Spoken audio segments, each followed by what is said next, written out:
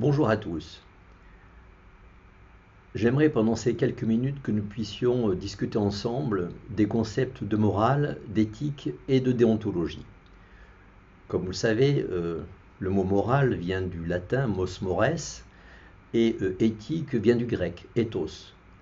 Les deux termes étant restés longtemps synonymes jusqu'au XVIIIe siècle, où là, les sens vont prendre des connotations un petit peu différentes. Alors, qu'est-ce que c'est que la morale ? La morale, finalement, c'est un code de conduite universellement admis au sein d'un groupe humain, d'une société, constitué d'obligations qui s'imposent à la conscience, sous forme de règles auxquelles on ne peut pas déroger, sans échappatoire. Ces règles sont énoncées souvent sous forme de devoirs impératifs et souvent également sous forme d'interdits. Tu ne voleras pas, tu ne tueras pas, traçant une frontière entre le bien et le mal, le juste, l'injuste, l'acceptable, l'inacceptable. Vous connaissez ne pas tuer, ne pas voler, ne pas porter atteinte à l'intégrité physique d'autrui, être fidèle, loyal. La morale, donc, elle prescrit et elle sanctionne. Alors, la déontologie, maintenant, c'est finalement le devoir moral qui est appliqué à une profession, le code de déontologie des médecins, des avocats. C'est la somme de toutes les règles qui s'imposent aux professionnels et qui garantissent la bonne pratique du métier.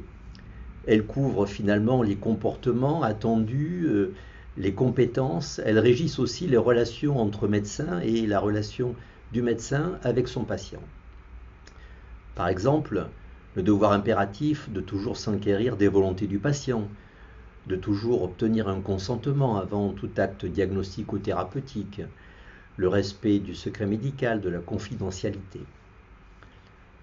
Alors l'éthique maintenant, c'est sans aucun doute un questionnement, d'abord individuel et au mieux ensuite conduit collectivement. C'est une mise en réflexion qui survient lorsque deux obligations morales, donc impératives, entrent en tension dans une situation donnée. On est dans ce cas-là devant un dilemme éthique. On appelait ça autrefois un cas de conscience. Deux principes moraux auxquels nous sommes attachés, auxquels nous ne pouvons pas déroger, entrent en opposition, nous commandant de choisir entre deux actions, chacune justifiée, mais qui s'excluent mutuellement. S'engager dans une voie revient à renier le principe moral qui est opposé.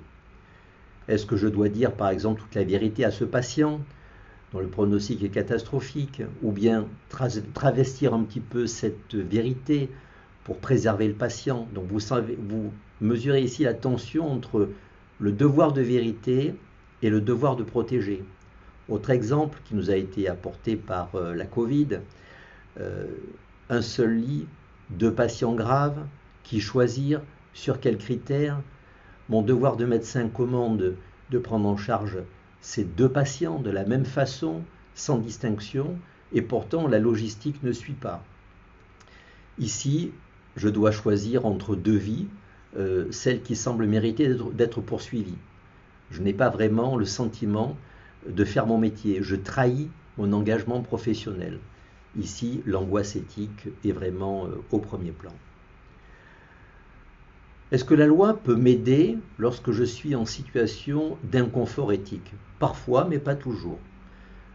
La loi n'est pas forcément ce que j'appelle la béquille de l'éthique. Exemple, le cas du refus d'un patient séropositif de révéler justement cette séropositivité à son épouse. Alors que la loi commande au médecin de taire le secret, le malaise est palpable. Si je respecte le secret que je dois à mon patient, forcément, je renonce au devoir d'assistance à personne en danger vis-à-vis de l'épouse. Cela, c'est la loi qui m'y oblige, parce que tout simplement, il existe une règle technique qui veut que la règle particulière, c'est-à-dire le respect du secret, déroge à la règle principale, c'est-à-dire porter secours. Ici, la loi heurte vraiment mon éthique personnelle. On mesure que finalement tout ce qui est légal n'est pas forcément éthique et inversement. Alors finalement, l'éthique, eh bien, c'est la gestion pragmatique des conflits moraux au cours de situations souvent extrêmement difficiles pour laquelle la morale et le droit n'apportent pas de réponses toutes faites.